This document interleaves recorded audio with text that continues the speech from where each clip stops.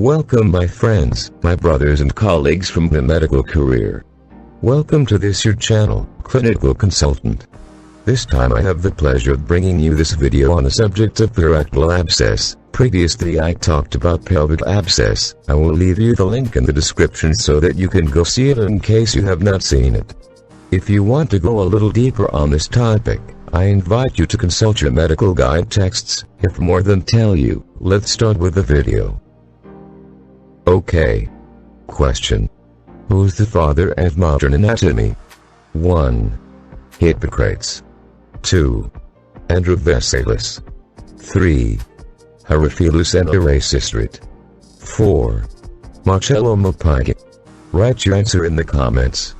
Later I will give you the answer and a review of it. As a concept we can say that a perirectal abscess is a localized inflammatory process that is generally associated with an infection of the soft tissues and rectal glands due to its anatomical location. It should be noted that perirectal abscesses are also called periinland and they can be as simple as complex. More infections of these spaces are classified as perirectal when they infect areas such as the ischorectal, intersphincteric, periinland spray elevator spaces. In the next image we will see its graphic location. In this image we can see the four aforementioned locations, along with their respective names. If you want, you can pause the video so you can write down this information as it is very important in clinical practice. Epidemiology and demography.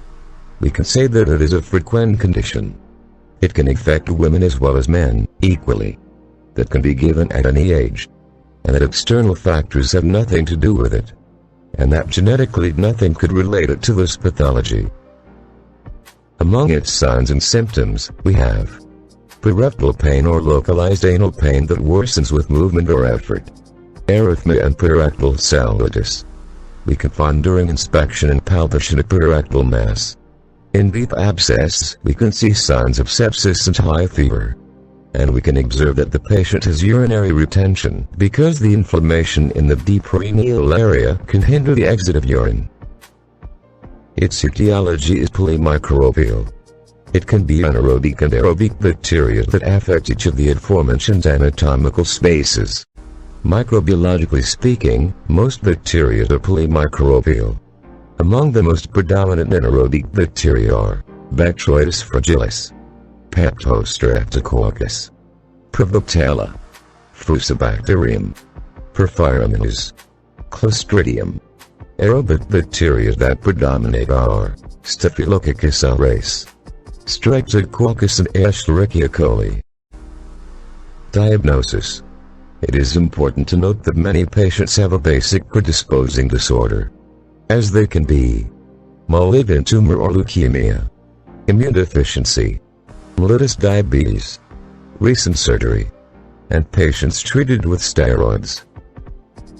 In the differential diagnosis, we must differentiate this disease between entrectinite enterocolitis, Crohn's disease, pilonidal sinus, hidradenitis suppurativa, tuberculosis, actinomycosis, Chagas disease, cancerous lesions, and a very important one is the chronic anal fistula, rectovaginal fistula, proctitis, often associated with STDs, such as syphilis, gonorrhea, chlamydia, chancred, and candyloma acuminata.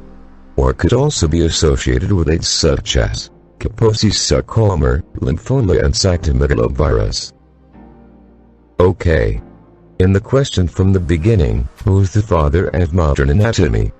The answer is B. Andreas Vesalius. Then I'll leave you a review. Andreas Vesalius. He was born in Brussels, but today we know as Belgium, on December 31, 1514. He studied medicine at the universities of Lovenia, Paris and Papua. He obtained his doctorate with a recognition of magna cum laude, a great decoration of the moment, on December 5, 1537. The day after graduation he was appointed as an explicator chirurgic, which means instructor of medicine and anatomy. He himself made his dissections of corpses, which for the moment was prohibited if you were not a surgeon. He broke that rule. He published a writing called Humani Corporis Fabrica, the first treatise on anatomy, which for its clarity to explain was the most influential book on the subject of anatomy. That is why he is recognized as the father of modern anatomy. Assessment. An examination of the rectal, perirectal, and perineal area must be done.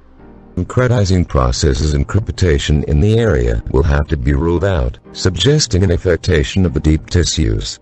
We will do aerobic and anaerobic cultures. The blood cultures that we do should go without toxins, without fever or immunosuppressed patients. Possibly a stigmatoscopy will need to be done. As a treatment we can do incision and drainage of the abscess. Treatment of necrotic tissue. We have to rule out the need for a fistulectomy. Local wound care will have to be done. Sits-botas. And the treatment with antibiotics is aimed at covering the mixed enteric and skin flora. In the pharmacological treatment, a metamortical where the outpatient treatment and the treatment in the hospitalized patient are found. In the outpatient, an oral treatment will be given and it may be amoxicillin plus glivulanic acid, ciprofloxacin plus metronidazole or clindamycin. While in the hospitalized patients they could be ampicillin, sulbactam, cefepime, piperacillin, tazobactam. Thank you very much for watching the video. Next video, lung abscess. I hope you like and comment on the video. There are still hundreds of topics that will continue to be talked about.